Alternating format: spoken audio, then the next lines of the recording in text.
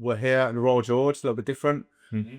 Pints, get used to it. But welcome, Harlee Dean. No, nice to meet you both. Nice to meet you. Thank you for your time today, mate. No worries. So first of all, then, just from the beginning, how did you come into being a footballer? It was something I always wanted to do, like from when I was a kid, but I was never really the best. But I just knew that I wanted to do it more than sort of other people. Played like non-league when I was 15, like Southern Premier League. Redbridge was probably a bit lower. Thought I was going to end up going to university. Had trials at clubs, never got in. So Dad was like big on doing well in school and making sure that I had something. So my plan was to go to Loughborough University. So I did well on my GCSEs. I then went into like a college program, which was alongside Dagenham and Redbridge, but it was just like a moody thing, like going to do a BTEC. I was just me just pleasing my dad, really. Like, I want to be a footballer. I'm going to try and do this. So I was painting and decorating. I worked silver service in the golf club next to my house, polishing 400 pieces of cutlery in vinegar water every Sunday. And then, as I said, this college thing, I was in like Dagenham and Redbridge's reserves, which was nothing at the time. Started playing non-league football. And then Dagenham and Redbridge first team asked me to train with them at 16. End up signing there for a year on 100 quid a week. Thought I'd cracked it. Couldn't even cover my car insurance when I turned 17. Went on loan again loads of times. Thurrock, Braintree, Bishop Stortford. Like, loved it. Loved men's football. Loved just it actually meaning something. Funny story. I remember being on the coach back from a game for Redbridge, and they're all lining up on the back of the bus, and I'm a kid like, what is going on here? And they were having a few beers, and we'd lost, but just sniffing this, sniffing that. The captain grabbed me and he went, if you ever fuck about like that on the edge of the box again, I'll punch you straight in the face. And I was like, what? And he was like, you just cost me my mortgage money today. And I was thinking, fuck, like, this is serious now, isn't it? Like, it's people's bills. And then I remember that moment, like, just made me change my whole, I was just going on pissing about and having a laugh. Yeah. And that just sort of changed my whole approach to it. Is that because of the win bonuses? Yeah. Well, it would obviously cost them money in terms of win bonus or clean sheet bonus or whatever. And the funny thing is, he scared the life out of me, but I didn't drive at the time. So he was then the one who sort of took me under his wing and picked me up from training or where at the train station and would drop me home and stuff like that. So yeah, just one of them moments that you just look back on and go, that was probably a part of growing up and yeah, exactly. And why I got to where I got to. Do you find that doing all that early kind of was an advantage for you once you did make it professional, like getting your stripes? Yeah, I think it gave me the hunger. Like, I had friends who were playing for West Ham and Orient and all these local clubs, and then they all eventually fell off, and I managed to come through. I was obviously a late developer, so I think that plays a big part in football at that age. But when I actually first, so Dagenham Redbridge not too much because that wasn't really technical, but when Southampton signed me from Dagenham, I was miles ahead physically in terms of like my work rate. I was centre midfielder at the time and my strength and stuff, but technically I was so far behind. So I remember a fellow called Martin Under, he was the coach at the time, and he would just put a box, like a little cut, and he would just smash balls with me, just working on my touch. And that was it every day I was training. We just kept doing that. And then the understanding of the game. And at Southampton, the level went up a little bit, and I realised that centre midfield was probably going to be a bit too hard for me there. I think Martin realised it, put me back to centre back. Played a reserve game against, I can't remember who, but Mark Warburton was there watching, who was the sporting director of Brentford at the time, and said, can we take him on loan? And then rest is history. Ended up signing on loan for Brentford. I made my debut against Rochdale for him as right wing. And then Uwe Rosler just stuck me in defence, which is where I was playing at that time anyway, and sort of just made a career for myself. So yeah, there's a lot of luck involved. Les Reed again was a big part of it. You remember him, the shortest term manager. So he was, when I went on loan to Bishop Stortford, he was something to do with the club there. He weren't the manager, but he was something above, and he always kept an eye on me and talked to me and stuff like that. And he's the one who got me to Southampton, told me not to sign a new contract at Dagenham, and that was how it worked. So there's a lot of luck involved, but I think you make your own luck with how hard you work as well. Yeah. Yeah, so from Brentford then, obviously you've spent your early career down south, around that way. What was the pull that got you to Blues? So I was obviously done really well at Brentford, was club captain, playing loads of games, and we'd gone through sort of a period where we'd just achieved. Like, I don't know, I think my first season on loan, we finished just outside the playoffs. Then we got in the playoffs, lost in the final. Then we got promoted. Then the next season we finished in the playoffs of the Championship, lost in the semi-final to Borough. Then the next season, again, we was in and around it. I think 7th, 8th, 9th, we finished around that. But then it had a bit of a drop-off. And it was like, when are we really going to get to the Prem? That was all they ever said, like, we're going to get to the Prem. There's a new stadium coming. I thought, I was 25 at the time. Like, I felt like I was good enough. I felt like I could get there. They'd offered me a new contract, and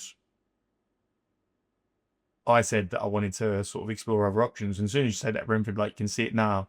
You've got your price, and as soon as someone hits that price, you're gone.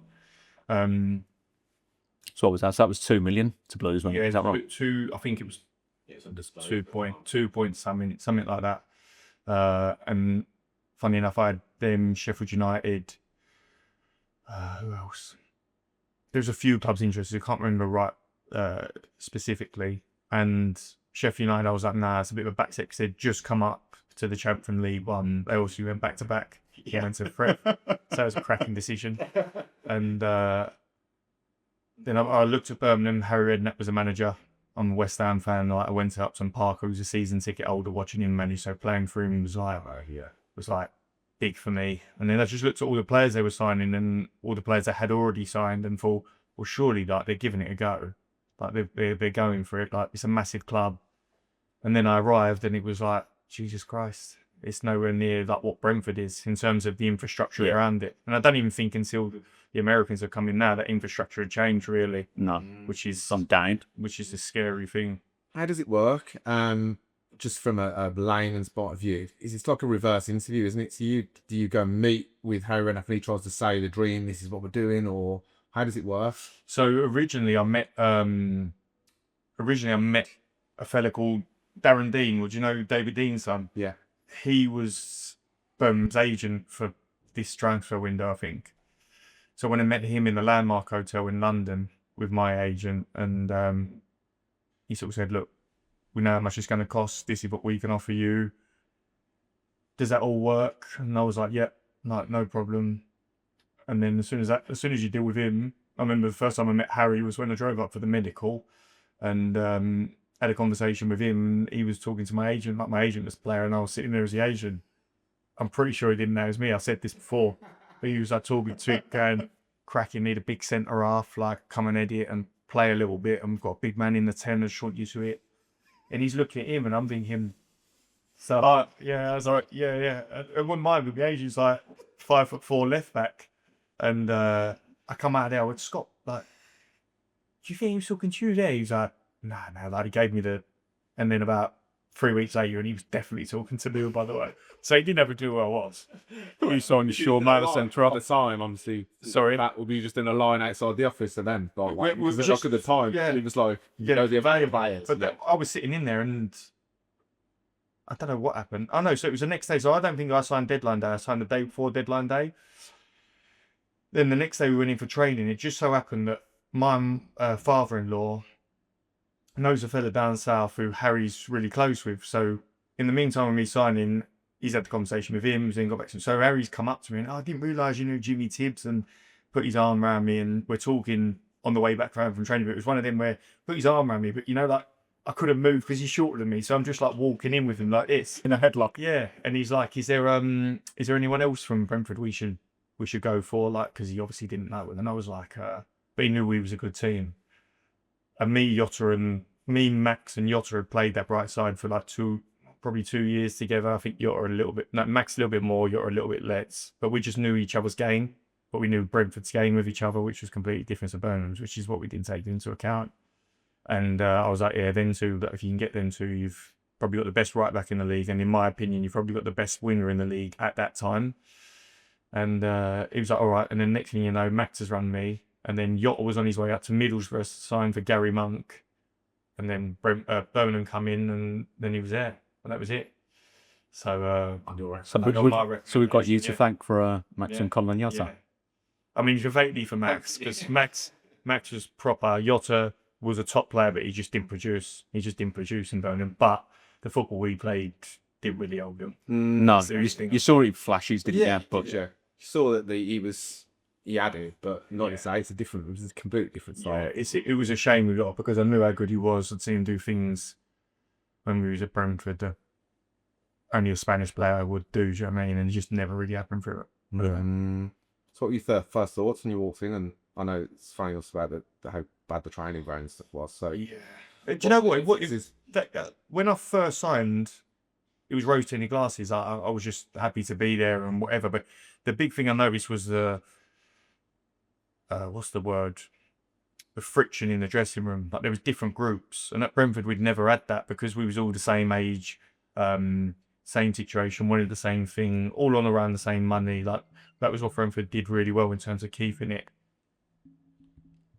similar, so that they won't get, oh, he's on this and he's on that. Oh, is he on this for? Do you know what I mean? Whereas when you went to Birmingham, you obviously had a load of the older players that were in there previously until Harry come in and then started throwing money about, and then that made a bit of a fraction in the group, and that was the biggest thing that I noticed. And it was just hard because I'm like I'll go around to all groups. I'm a social comedian, so I'll try and get involved with everyone and get everyone together, but it was just almost impossible to do. And when you ain't got a dressing room that's sort of fighting for each other, it's a big deal. And that was then showing with that first season and sort of the results and stuff like that. But it was the whole check and die story, wasn't it? That I think he's gone record, Harry, and said it was the wrong player but he was on, what was it, just about a week? I think it was after that. So if it was saying like that. But then, like you said, you've got the older players who are like, oh, we've been doing this and we're getting small increments season on season, and were the stalwarts. I'd see him then, you're like. And to be fair with Czech, lovely bloke, like the maddest DJ I've ever met in football, but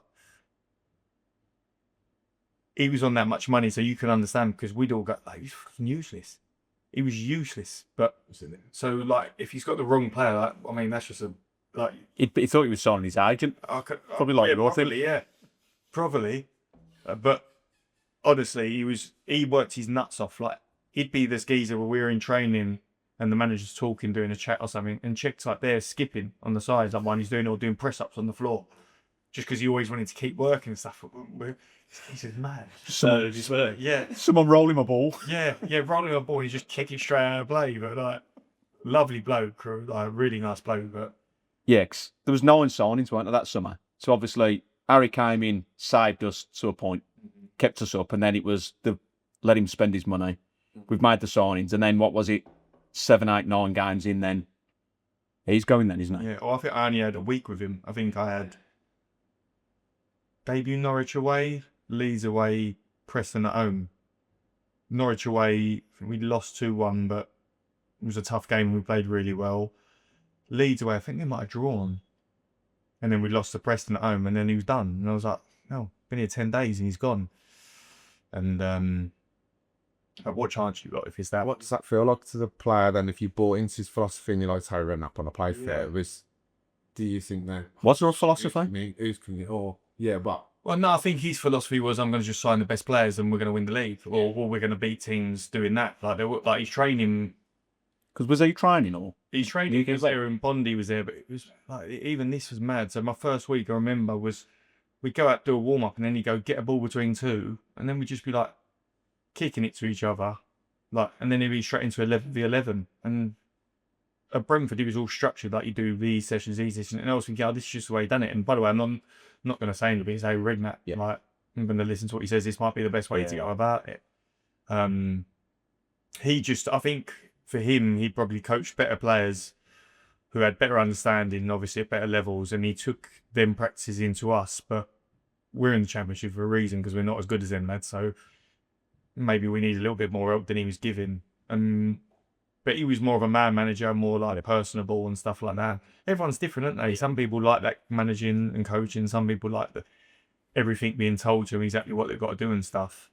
I was using the die as that kind of hold off and trying to play through him, wasn't it? At the time, it was just a trapper baggers. It was like, I think he based it on sort of his Portsmouth team, where can't remember who they had in there, but it was just sort of hit the ball on a diag up to him, get round him, and then play wide, get the crosses in the box. Yeah.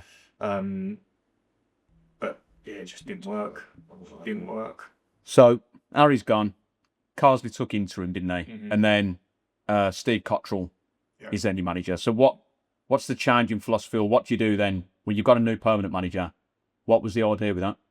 Well, Carzo come in and he'd already done that for me at Brentford, so he'd been my interim manager at Brentford at the time, and I think he was a big part of me coming to Birmingham, like in terms of background talk and stuff, because I think was involved somehow in terms of advising.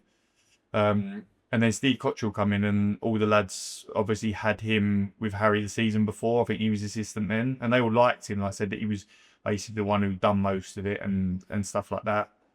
And I like Cotterill, and he did try his bollocks off. You could tell, like, it was one of them. You looked at him the first day he come in to when he left, he was just fucked. Yeah. Like, just gone, because he'd worked that hard at it. He was old school, like his values are old school. The way he spoke to people was old school. Some people didn't like it, some people liked it. I got on with him, and to be fair, I got on with him. He didn't even play me the first few games, because I think he come and watched us play Hull, and we got smashed. And me and Morrow, I was up here, Morrow was down there, and he was like, "You two can't play together." And I didn't play under him until we had like a conversation, not over a beer, but we had a conversation watching the game. I heard that you didn't quite get on. You obviously you're thinking he's not playing me, he doesn't know me. I ever played the game a little bit. Yeah, didn't know him, and he had this perception of me. We had a conversation like this, and I was sitting there watching the football. The lads had gone up, and he was like, he comes at me and he went, "Right, I want you to write in this envelope what you think of me, and I'll write what I think of you, and then at the end of the conversation, we'll see if we still think that." So I put bit of a prick, and he put Essex Wire Boy or something like that, and then we had the conversation, and I said, and he said, "You still think that?" And I said, "No," and he went, "No, I don't think that. I think you're a student of the game. I'd have never thought that you were that interested in football." And then student of the game stuck, didn't it? So for the rest of that season, it's student of the game. Like just in the back, like we're in a meeting. I'm like, fucking hell, that's. And there was another one sitting at the front in the meeting. Manager's like, "Oh, who watched so and so last night?" And I've gone like that. And I've looked round and not one other person's put their hand up, and Duke is just like, "Student of the game." And I'm like, "You're all cunts." I've done myself, but I liked him. Like, he tried his hardest. It didn't go well for him at all. But you can't knock his effort. And I think if you come in and just fucked it off, then everyone's got every right to say what they want. Yeah. But he did try by the top. Interviews after. Yeah. Yeah, but I think by then it's just had enough for the pressure is massive with this club. Like, so I've had it as captain. He was manager in a shit situation. I was captain in shit situations. It can affect you in ways that you can't even, like, you don't even realise until someone says something, and then it's like, fuck, I'm just going to come out. I've got this to say, or I feel like this. So, especially when you're trying so hard for something and it's just not working, I imagine people constantly slating you. You just builds up, and then you just want to let loose, right? Telling the Tiltons to fuck off after scoring a goal, for example. Like, it happens. You kind of get that from me, but we can kind of get that because you get some powers, like right now you were getting like horrible stuff, and I've seen on that other podcast that you've done that they're asking your mum. Where that was the one that made me come. That's like, we had Neil Moxley on, and he said similar to the sound, didn't he? That once it starts affecting your family and stuff, then you just like, you know what, just forget that. But it's Apple. And by the way, I was still a young man at the end. Then, what was I, 25 to 27, 28 roughly. So you're still a young man. You don't know what you know. Like, that's the bangers. Yeah. And like now, would I differently? Fucking 100%. Would I do it again? No chance. But I'd be able to handle it a lot better. But it's hard, isn't it? You're a little bit immature. It's a new scenario. How do you handle it? Like, But it's a job, isn't it? Yeah, You're coming away from the job at the end of the day, and then you relax and you try and live your normal life. You don't have to be a blues player 24 hours a day, especially when you're losing. The idea is you come away, don't you? And it was just the thing that really bothered me was when people would say, "Oh, he's just here for the money. He didn't care." Like, that was never the case for me. I always cared. I might not have been good enough at times, but I fucking always tried. I knew what it took me to get to being a footballer in the first place. So, and you can ask any of the lads that have ever played at this club when I've played there. I've always put it in, and I've always demanded from other people. Whether I weren't good enough, that's down to me in certain situations, which you can only hold your hands up to. But yeah, I just couldn't take the people saying that he weren't bothered, that I weren't bothered, like, 'cause I was always bothered. Do you think that they give you extra because they thought you were a bit of a knocker and a bit kind of? It's just one of the things. He goes in swings and roundabouts. Like before me, I think it was Groundsy. Then he went to Stocky. Then it went to me, and then I imagine when I left and you went down, I don't know who it went to. Probably went to someone else. No. Evers maybe. Pick, yeah. No, yeah. Because the frustration was with the owners at the time. Yeah, So yeah. then you're getting that secondary. But that's got. I'm a West Ham fan now, and I'm watching him, and because I've been there and done it. I'm not going, fucking look at him, he's shit, or he's not trying, whatever. I know that you take the whole situation and environment into account and go, well, they've had a new manager, now they've got another manager, they've brought these players in, probably not good enough. Owners are doing this, probably not giving the investment. And you can understand it a little bit more, but that's my privilege of being a player. Lived experience. Yeah, like fans, be sitting there. My dad goes, I sit and watch it, and he goes, oh, what's he doing there? It fucking does me head in. I'm like, I don't know what you're talking about. Yeah. I'm like, you might have your opinion, but you're so far off it. He's like, oh, you should have just done that. And I'm like, yeah, you should have just done that. But Do you do his head in as well then, though? yeah, no, I just sit and swallow it. And my brother's like, won't watch football with him and stuff like that. So, It's a tough time down there at the minute, though, isn't it? It's no coincidence the owners have left a footprint from here previously as well. But How do you deal with it mentally? And I know mental health's a buzzword at the moment, but as a young man with that pressure, how's your mental? I didn't realise that it actually affected anything until I went to Sheffield Wednesday on loan. And then I got there and I was like, this is what it was like. Like, our dressing room with Blues was good because me, Dukey, Robbo, Digger, Keith, Granzy while he was there, I said Morrow and I. Yeah. Max, Evers, like, there was a big group of us. Che Adams when he was there, like we were the ones that when anyone come in, we brought them in and like we let them know what the standard was. They might have been better players than this individually, but we knew that eventually the pressure of that place would get to them, and this is what you got to do to get out of it. But then when I went to Wednesday, they were more top manager. They was obviously League One, but aiming to get promoted, so it was feel good factor around the place, which is massive. It makes a massive difference. Like you look at Blues last year. They could have pissed that league, like turning up on a Friday, training and playing on Saturday with the squad they had.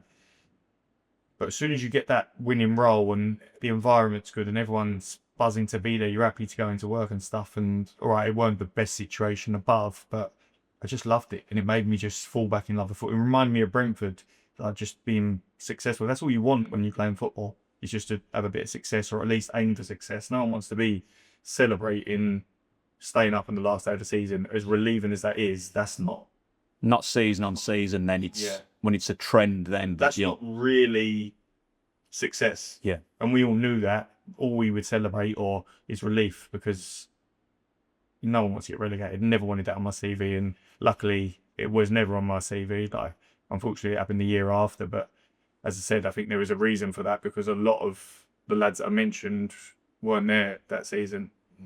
So just to dial it back again into the various managers for a moment. So we've got Monk, Clotet. Around that time, there was a young lad coming through midfield, right now, 16-year-old kid coming on, pulling up trees. What was that like watching Bellingham come from? I've said it before. You had him on your day. You had him on your team in training. You won day in day out, the best player in training. Attitude top. Mindset top, and was just good. And the funny thing is, he made his debut against Stoke, scored that goal, didn't he? But he come on real early for someone who got injured. And I remember like the game was tough at the time, and I remember looking over, and I can't remember whether Digger was in front of me or someone like that, and I remember going, "God, it's not what we need right now. Like, we don't need that." And then he just fucking went bang, and it just shows you, doesn't it, when someone sees something in some kid. Just go and let him fly. And he did that season, really, for a 16-year-old in the Championship.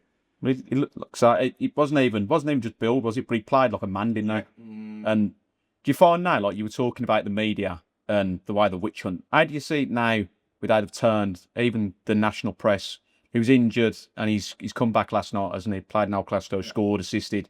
but how quickly the English press have turned and tried to make him, you know, is he all this, and then digging out his mum and dad. Yeah, but that's when you're the tallest tree, people are going to come for you, aren't they? I can't remember what the saying is, but he's Jude Bellingham. He's 20. What I think I read, he's the first player under 22 to get a goal and assist in El Clasico yesterday.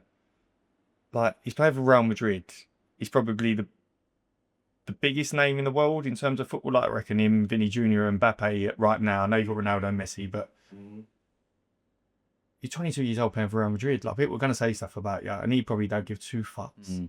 But it's just, that's what we do in England. We try and knock people down and make them feel worse about themselves, even though he's had a shoulder injury. He's not been fit. Of course, England are not going to pick him. Why would you? Like, let him rest, let him recover, let him get back up to speed with Real Madrid. And then, by the way, we're not playing like games that we need to win. Latvia and fucking someone else. Like, we should beat them with the 21s, in all honesty. So I'm sure he's not bothered about it. But again, then when it then comes to bringing up the family and stuff like that, that's where There's a line. oh yeah, it's bang out of order. So like what Harry feels bad at, like that's up to him to feel in it. But I would imagine that he wouldn't do many interviews for whoever's done that to him or said that or brought that up. Because it's just, there's no need, is it? Did you foresee that he was going to turn into an absolute colossal lad? Or I remember saying, so one of my best mates, Adam Forshaw, he plays for Blackburn now, and he plays set midfield. And I think Ad's played against him, and I'd already spoke to Ad about him, saying that he's going to be a top player. And we messaged afterwards or whatever, and he was like, I didn't really see it from that Jude today. I was like, yeah, but he's playing for us. Like, And he was playing all over, wasn't he? He was left midfield, he was centre midfield, he was right midfield, just filling in, wasn't he? In the I was like, we're not helping him, he's helping us. So that shows how good the kid is. Like, we're not really playing football or nothing, or we was doing whatever we was doing. And I can't ever judge a top player because I've never played with a top player like that level. Like, I'd never knew he's going to sign for Real Madrid, for example. But you knew he was going to get somewhere. And it weren't just him as a kid, it was his family, his mum and dad. The way they had a plan. They had this bit of paper, and they had, right, he's going to do this here. By the time he gets to there, he's going to go there. He'll do that there. Then he's going to go there. Like, they had it all set up for him, and it's probably one of the things you put into the universe enough times, it will come back. Yeah. well, that was where the situation arose with Monk, wasn't it? And Monk moved on. The situation with Jude's contracts, and then who knows, that could have gone a completely different way, couldn't it? Well, I didn't. Do you know what? I was on the train back with Gary Monk from London a couple of months back. He went to the cricket, and I went to my mate's 40th, and we both sat there and talked for a couple of hours on the way home. And I said, whatever happened? Because I remember being on holiday, getting the news, and we was all buzzing with Gary Monk. Like, he was the best manager we'd had for a long time. Like, the club felt like it was going to finally get somewhere. And he was like, yeah, it was, I can't remember what he said, but he never told me the ins and outs. He said it was something to do with Dong and Jude and something like that. But Gary would never have not played him if he was good enough. And the kid was good enough. So it just seemed like you cut your nose off to spite your face from the club above. Dong probably didn't like that Gary was standing up to him, and that was it. And then Pep done him over and took his mate's job. Like, simple as that. that's a padron. Yeah. So how was that then? How was that then when Gary goes and Pep is then magically the manager? Because I know he does interviews, doesn't he? He takes a lot of credit for Jude, which obviously should, because he brought him through. And he did get that chance under him. But how'd you in the changing moves go, oh, okay, now you're the manager? Well, Al always with Gary Monk, weren't they? Like, no one really liked what had happened. And the club, in all honesty, buttered us up with new contracts to take it. The transition. Yeah, to take it. Yeah, it weren't great because we all loved Gary and his coaching staff, and all of them left apart from Pep. So, like, that's never good, is it? And in all honesty, he weren't really that good of a manager anyway. He was I don't know. I didn't get on with him. Do you know what? Throughout my career, I've only really got on with the Englishman, like people that are honest. I just want honesty. Like, 'cause I was going to say the English managers then, but Uwe Rosler was East German, and he was the hardest, strictest manager I probably ever had. But he would be honest with me and say, "You're not fucking playing because you were shit." And I go, "All right." But Pep, Karanka would, like, they just didn't treat people right. They didn't treat people around the place right, and you notice all them things. And yeah, I just like straight up people. Like, much rather talk. I'd much rather come down here and sit with just whoever's in here and just have a conversation about everything else other than football. And then people that just constantly go on about football and how good they are at doing this and how good they are at doing that. Like, don't you care? That's the thing that and Pep was just like almost narcissistic. He would like, remember Jude coming up to him going, he's in my ear, like I'm about to take a corner. He's like, I'm going to Leeds, you can come with me. And like, the kid's a kid, like about to take a corner, and you're thinking, what the fuck are you talking about? There's no. He's like, he used to go on, oh, I could go to Leeds because I'm really good friends with the owner or whatever. You think, fuck off, mate. So I'm going to Leeds, to come with me while he's trying to take a corner. Yeah. I remember it, like clear as day, and I'm like, what the fuck is going on here? Can we move on to Karanka? So without you're probably the only person in the world that you can ask a question to, but just going. Yeah. I know you've talked about this before, but Yeah. just to refresh for the Blues, obviously. And again, with the cup in your ears to the Tilton, so you scored a lot of important goals for us, didn't you? Mm-hmm. So what goes through your head when you rise, you put that ball in, and then you see you turn away? What's the thought that goes into you celebrating? We're talking about the Tilton one. Yeah, firstly, so that was around the social media. It was a tough time. We were just going on the Christmas do, so I think it was an early kickoff, weren't it? And then I was just I had a load of shit for quite a while. Scored a goal, and it all just come out. Like when I score a goal, the feeling is, I imagine it's like taking a pill or something, like the euphoria, like fuck, you don't even know what you're doing, where you are, or whatever. And it was just like that, and it all just come out of me. And I remember just fucking running over and going fuck off or whatever I said. And I can't control that, just like I couldn't control the Karanka shrug. And that weren't even, I didn't even want to do that. That was Egg, the masseur before, went, oh, if you score today, and I hadn't scored in ages, surely you got to do that. And must have subconsciously just lodged. And then I score, what an header, by the way, like, and then, just. So in that high, you go and find the camera as well. Yeah. But then even the Rotherham, I remember Rotherham in lockdown under Bowyer when I scored the goal. It was us or Rotherham that going down, and I scored the last late goal. And I just run, and the camera just happened to be there. Like, and I kicked the corner flag or whatever. Like, that's just luck that them. I don't go, oh, I score there, I'm going to run there. Like, that's just, it just happens. But yeah, you scored a lot of important goals, and you were player of the season, weren't you? Was it 2020, 2021 season? It's a tough thing with Karanka because I probably played my best football under him. When he first come in, I think I was about to leave. Like, I think I was on the way out in terms of I'd had enough. There'd been so many changes. I wanted to go and sign somewhere else. I knew it was just going to be a conveyor belt of this. And he come in, and that was like a Karanka. Like, he was a top championship manager, really. And then he signed the Borough boys, who I'd fucking had loads of battle with, like Brentford, Birmingham, full top players. Evers come in. And you thought, right, we're going to give this a go again here. Like, we might be all right. And we were actually all right, like, defensively, but we were just so defensive. It just went, and then eventually it turned, then he turned. And, again, just turned into his brother was assistant. And if you'd see the way he treated his brother, like, around the training ground and stuff, you'd be like, fuck me, if you can treat your brother like that, imagine what you're doing. Just not saying about everyone. Just like David T. in front of everyone. Like, I've got 3 brothers. My brothers just go, fuck off. Do you know what I mean? But he just didn't. He treated people like that, and yeah, he lost the dressing room quite a while before it went. And I told the story about getting a text from the main Chinese geezer who owned the place before the game. I said to Jude, you seen that? And he was like, you know what's coming if we lose. Never come in at half time, never come in after the match, Karanka. And then I have to have the conversation with the lads there. So, look, I've got this, what we doing? And they was like, no, he's got to go. So that night I'm having a conversation. I remember Martin Cotterill outside because the reception was bad. I'm having this conversation with a Chinese fellow that can't speak any English. And it was like a little brick scene. Like, fucking honestly. I was like trying to draw things in the air, thinking he might be able to understand what I'm saying. And then you go in the next day and he's still there, and I'm like, oh fuck. He's got captain there, I think. Yeah. I was like, oh, he ain't gone. We have this Mother's Day, we have this big massive meal that we didn't even know about. So all the wives and girlfriends and all that are waiting at home to go out for Mother's Day or stuff. And we're like, we've got cancelled because we've got a meal being put on. And they're like, everyone's getting pelters, and they see everyone's just like, fucking hell.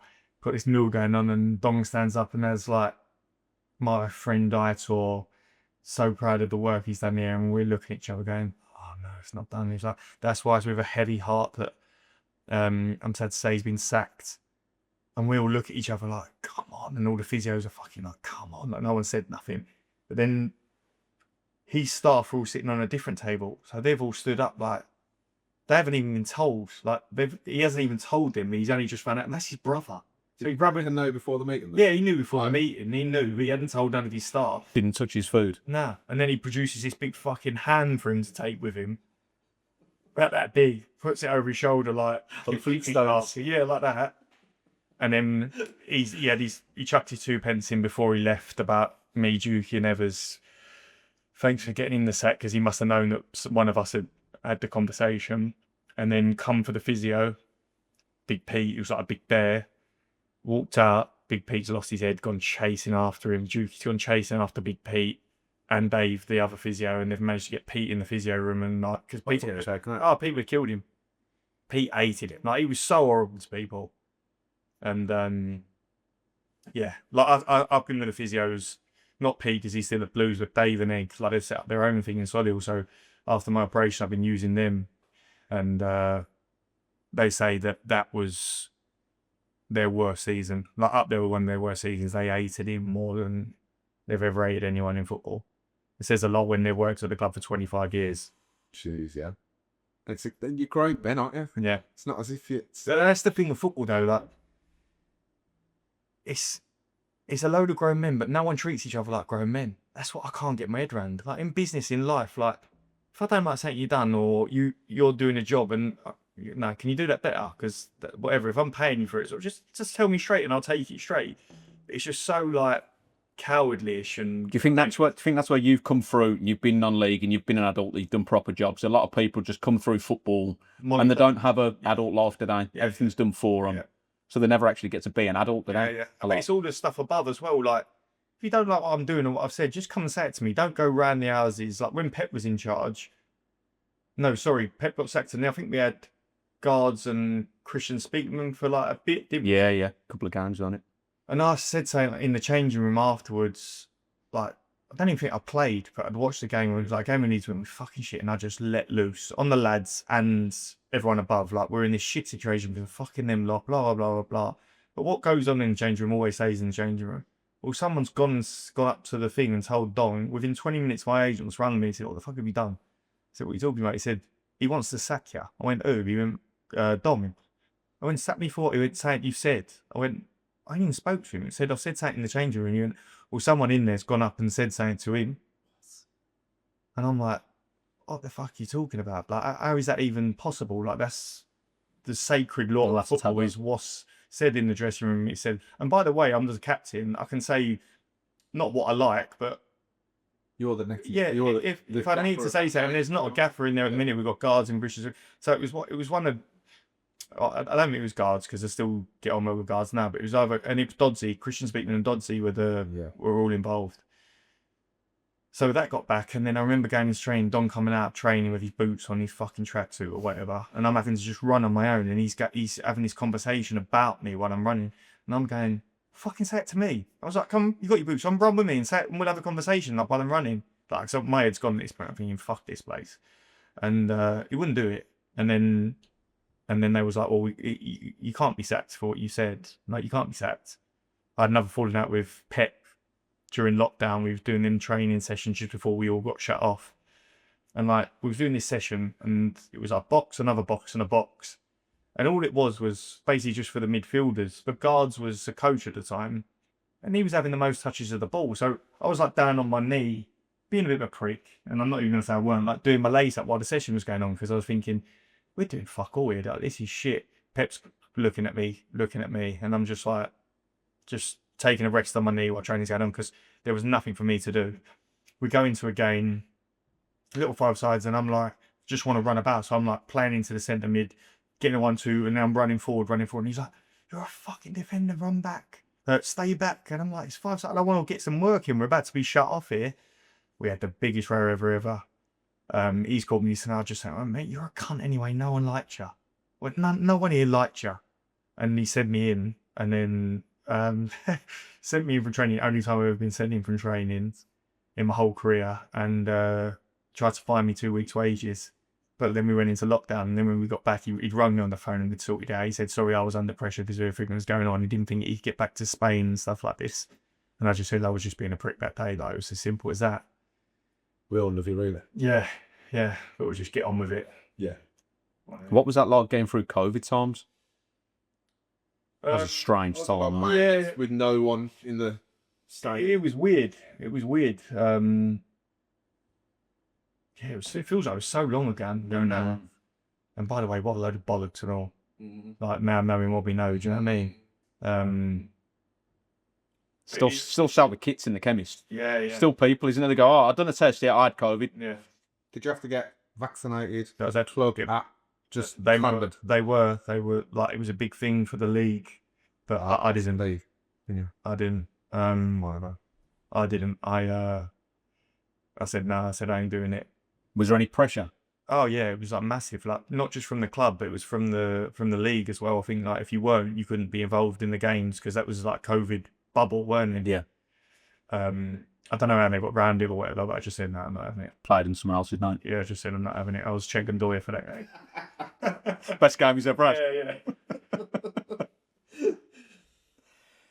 So, before we wrap up on Blues, so what's your fondest memory? Because there's plenty of negativity, isn't there? And Roy Gallo humour about the state of the club, where we were. But what are your fond memories of Mine's Blues? the whole thing. Like, as shit as it was, I fucking loved it. Like, I've got friends for life from that club. I'm so proud to have played for them, so proud to have captained them. UC giving me my 200th game as captain in my last game there the season before. He went down. It's a fucking massive float. And like me, from where I started, I captained them and kept them up year on year, which in the grand scheme of things, considering they went down the season after, was a big deal. Sometimes I was good, sometimes I was shit, but I always tried. And now, like, my boys are in the academy, and to see where the club's going and how they're doing things, like just at the academy side of it, fucking, they've got it better than we had it when we was first team players. So it's good to see where it's going. I've watched them a couple of times this year, and it's not been good, like, but. Do you think we've just found a level a little bit with the squad that we've got? I think last year buying players that were championship players to win League One.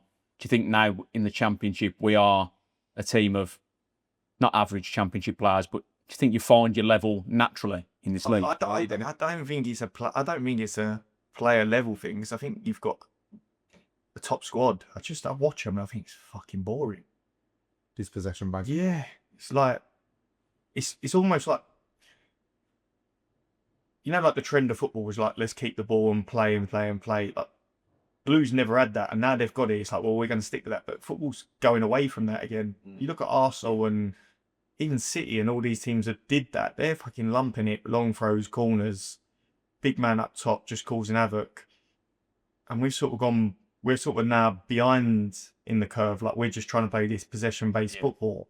I did co-coms at commentary away, and it was fucking. And I didn't want to go on there and seem like I was, what's the word, jealous or negative or whatever. So I wanted to be positive, but it was fucking shit. It was so bad to watch. So you're watching us. Yeah, and you're in Lyndon Dykes, who's a good level championship striker, and you're thinking, all right, well, hit him. Like, reminds me of Juki, player for Juki, but no one's around him or running off him or anything. So it's like, what are you doing right now? Are you playing? Are you kicking? I think the two centre halves, like, are top. Like, Clara's top. Yeah. I like Newman. For then he were playing. I think we're really small. Yeah, for a team. Yeah, the two boys in midfield, Iwata and Hake, good, like, really good, but just not looking great for some reason. Confidence plays a massive thing. Again, the pressure of this place plays a massive thing. Keshi Anderson, I think he's probably the best winger you've got. Yeah, he's getting injured, so that is a loss. But going back to your original question, which is on form. Seems to be a bit sulky at the moment for me. Yeah, seems to be a bit bang. Playing on his own, doing a press all by himself, I'd be sulky if I was doing that. Seeing running around like an headless chicken and no one else is joining him. Must be absolutely infuriating, mustn't it? You've got the squad to do it. It's just which way do you want to go? And I think this is where the manager's got to make his mind up which way does he go and play. Like, I think effective football right now is, especially in Championship. Like last year, they pissed the league keeping the ball, but they could have pissed the league, as I said, like turning up on a Friday, playing on a Saturday. Yeah. So now it's a bit different. Like, just go and be effective. You've got the team to be effective. The amount of times they get to a crossing position, come back and then pass around. I think just Coventry put 30 odd crosses in that game, and I think they've had the most crosses up until that point in the league. Well, they're top of the league, so it says a lot. Then They got the 3 top scorers in the league, haven't they? 3 top scorers. It's a Cov players. 2 plus goal difference as well. 36 goals in 12 games, isn't it? Just Championship defenders are in the Championship because they're not good enough to be in the Premier League. Yeah. So make them defend. Cross in the box. Like, you've got strikers, you've got a big striker, you've got little strikers. Is it Japanese or Chinese? Kyogo. Yeah. He just needs a goal. He needs a goal, but he's like got something, you can see it. It's easy to shoot though. Yeah. We're getting in those positions, not shooting. Again, easy. Like, I'm sitting here now as a fan watching it, going, fucking, what are you doing that for? What are you doing that for? Send the armour. Yeah, exactly. It's like, I know better, but I just think looking at it as a general, the squad's there. It's just making it work now for the type of football in that league. Yeah. That's Have a plan B. the biggest thing, yeah. So after Blues then, Reading, we were saying the other day that your moves, the clubs that you've been to at this end of your career, it's obviously not your fault. It's like the Aaron Ramsey effect on celebrities for clubs. Like how did you go from, because Sheffield Wednesday weren't in the position they're in now, they were nowhere near that, were they? They weren't great. But then Reading and the situation I have, owners again from the other side of the world, a similar scenario, own bits of the land and can't get hold of them. What was that like? And that was so much worse than Blues ever was. Yeah. Yeah. You must be thinking. And I should have seen the warning signs, because when I went there to sign, they was like, we can't sign you right now. And I was like, okay. And then like they had like a gap of 2 days where they could sign people. And then I signed on that, and I actually had weirdly I had COVID, so I had to go in and sign. I felt a bit rough. Did the scans and stuff, and my hip popped up on the scan. And Major was like, "Oh, they said about your hip or whatever. Not too sure if they want to go ahead." And I was like, "All right, but I'm going back to the training ground." As I was pulling back up to the training ground, the Fortius, the place where I'd had the scan, were calling me because they'd ordered another scan to look further into it. But I got there, and the manager, Ruben Sellers, and sporting director, I think it was Mark Bowen and Brian Carey, they was like, oh, fuck that, just get it done, because we've only got... So I was like, fucking Mage was like, fucking sign it. So I was like, Bosh, signed it. And then I think the next day they were in an embargo again, so they couldn't sign anyone. Ah, that's what they knew it. And then, yeah, it was a bad trade. Like, people were just getting struck off left, right, and centre. The training ground is like this big state-of-the-art facility, and there must have been us and 10 staff in it. That was it. We went for a stage of having no food. Like, there weren't no chefs. They couldn't afford the chefs. There was no water, no eating. We'll put lights on in rooms that weren't open. Yeah, it was bad. And we just played a load of young kids from the academy because we couldn't sign anyone other than ones that had already been signed in them 2-day period. And to be fair to the kids in the academy, like the manager Ruben said, has done really well with them. But yeah, it was so much worse than Blues, and obviously proven because the geezers had to sell it for pennies on the pound, didn't he?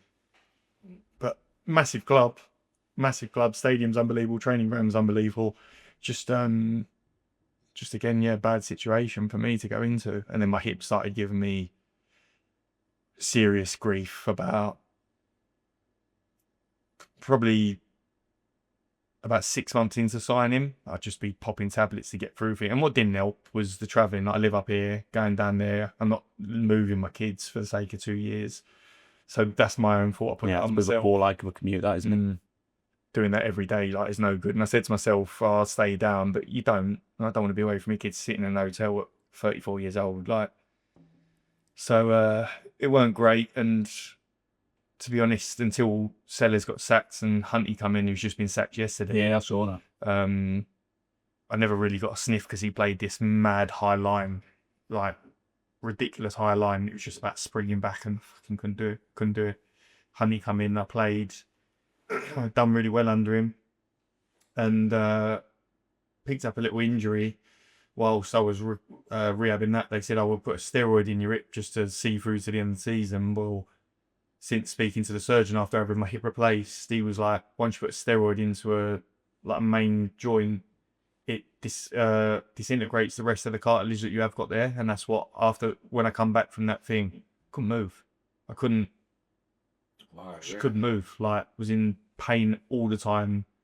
Couldn't kick a ball 30 yards. And then when seeing the specialist, he was like, yeah, you need to have a resurfacing because it's fucked.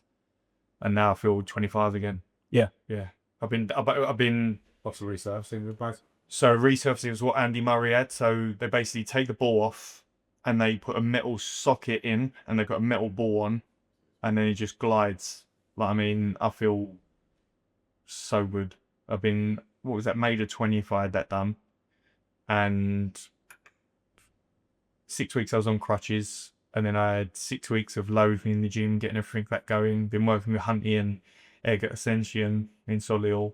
And last 3 weeks I've been in with Reading training fully with them, and I'm just flying about, like, just feel like a new lease of life. Is that right? Were you doing a little bit of you're helping a little bit with the coaching while you were laid up? Yeah, so Hunty was brilliant with me. Like, I spoke to him yesterday because he got sacked, and I was like, look, appreciate you so much for everything you did. So I couldn't move, but I still wanted to be around the lads because it's my job. Like, but I was fucking useless, couldn't do nothing. So he brought me onto the coaching staff with him and just showed me the ropes of how they went about things and stuff like that. Like, I've just done my A licence, so I thought I wanted to go into coaching and management afterwards.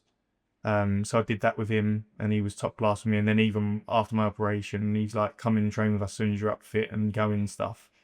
And he's had me in, he's been brilliant. And yeah, can't thank him enough for that. But the reason he did that was Brendan Rodgers done that with him when he had a bad knee. He took him on while he was rehabbing, said, like, come and watch how we do things and stuff like that. So yeah, no, he didn't need to do that. He didn't need to have me back in this season, like, around the lads and stuff. Like today, the only reason I'm here is because they've got a training session at the stadium, you know, like an open day. Yeah. So I can't really go down there and because everyone will be going, oh, what's he doing training with Rian or whatever.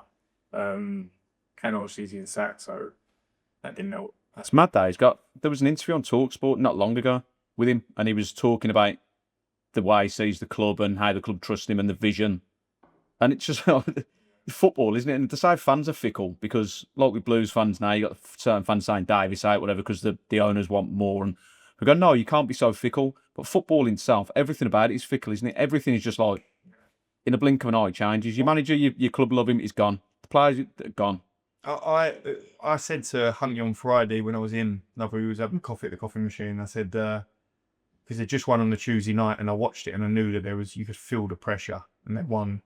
And I went to him, so what is it then? He said, no, they've given me like full backing. I went, but there was that much pressure on Tuesday. And this is my point is, once them conversations are already being started floating about and stuff, it's inevitable. It's inevitable that it's going to happen. So you might win that one Tuesday and then you might win that one Saturday. But then if you lose on the Tuesday, these conversations, like, and he must have knew it.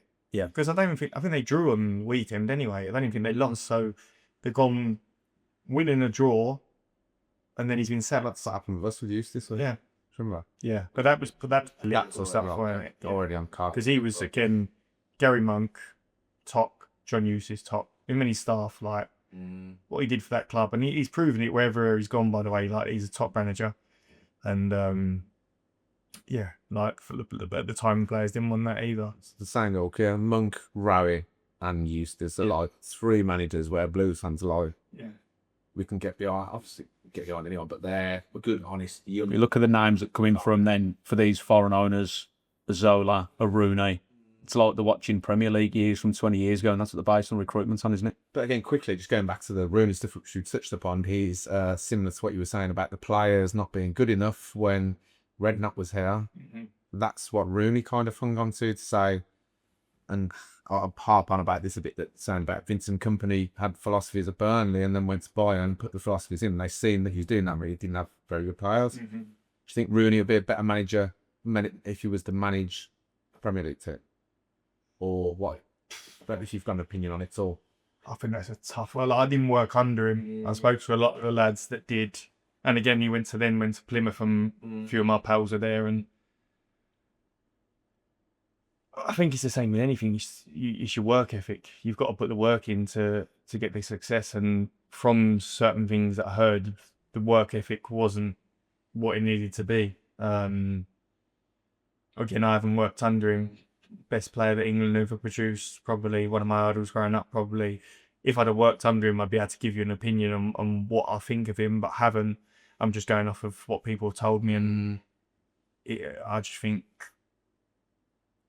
it's clear that it hasn't really worked for him, and there's got to be a reason for that. Like, there's got to be a reason for that.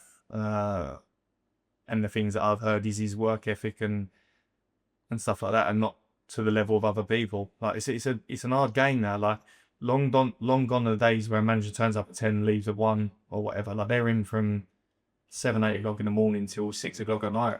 Just be some people just aren't cut out for it, can't he? You know. And you got to think, if he was that good of a player.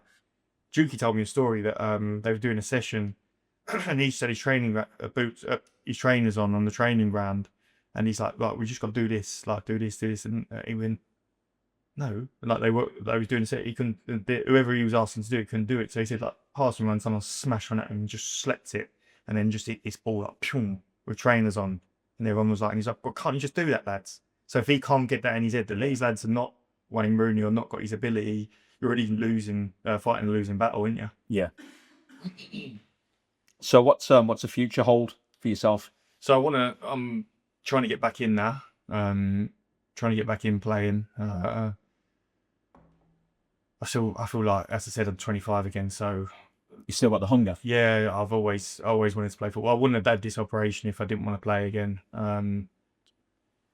My agents have been conversations trying to get things moving for me. As I said, I'm keeping fit and I'm training. I feel sharp, so it's just a case of someone needing someone, and if they want me, that's it. So yeah, so after playing, obviously at the moment you've got other ventures, haven't you? You want to tell us about that? Yep. So obviously got Football Factory in Redditch, which is like a small indoor 5-a-side pitch. 2 of them that we mainly for the kids, a lot of birthday parties and stuff like that. And then we've opened a bigger one last year in Tamworth. That's a big place, like 9-a-side pitch, 7-a-side pitch, party pitch. So we've been doing that. They're like CIC, so it's charitable organisations. So we do a lot for kids that are struggling in school, like in the days they come in and do their homeschooling and stuff from there. Walking football, all just little bits and pieces. Like, it's not really a massive money earner, but it was just something that I've wanted to do. And Troy's involved in the Tamworth one. We partner with Troy on that, and his team, Brett and Charlie. So that's a good thing. Mrs. we just opened up a Pilates studio in our church, so she's doing that. She's finally working after 20 years, which I'm not hearing the end of. And then my life at the minute is just revolved around the kids. Just they're both at the academy, so taking them Monday, Wednesday, Friday, Sunday. I'm there at West Hills more than I was as a player, to be honest. But I love it. Like, I love being around them. So that's it at the minute. But the main aim is to get back into playing. As I said, I feel fit. I feel good. I've been training in Reading. I don't want to sign there because of the travelling and stuff like that. So it's just about finding a club. Being picky, it's just about location now for me and being commutable, so that I can be there for the kids when they need to be there and not sitting in a car for 2 hours and breaking my hip again. Will you come back? Oh mate, I would have come back in a heartbeat once I see all this was happening. I thought when they went down to League One, I genuinely thought there'd be a chance like that, but they just went next level, didn't they? Yeah, they went next level, and sometimes it's just not the right time, is it? But yeah, I would have come back. Because I loved it here, and being a part of what's happening, how exciting would that have been compared to what I was involved in. So, but I'm nowhere near good enough to. As I said, I mentioned them boys, they're top players, like. and it's going quite well now as well. The manager's decent, so you'd have nothing to celebrate about, would you? You'd have to think of something. Yeah, I'd just have to run to the corner, Do the shearer, find that yeah. camera. Yeah. Do you speak to Juki about the atmosphere and what's going on down here a lot? Yeah. I speak to quite a few of the boys. As I said, I see guards all the time because there's boys in the academy. I speak to Juki a lot. We've been playing paddock quite a lot recently with George Friend, and he's now part of like the recruitment side of it, which is a different thing for him. But again, great that the club have kept him in the role. And he just says like the things they're doing, like it's what it should have been all them years ago, really. So fair play to them for finally stepping up. Like you see the investment they're going to put into this new site, the tyre factory. If that goes in, that's going to be mental, isn't it? So in like 6 years' time, your lads might be leading us out in the sports squad. Yeah, but that'd be nice. It would be nice to see that. Champions Hopefully League. they've got a better song for him this time, because he ain't going to be a defender, I tell you that much. Oh, well, once, yeah, so my brother-in-law just mentioned to ask you if you like the song. Yeah, like anybody that's got a song, you can't not like it, can you?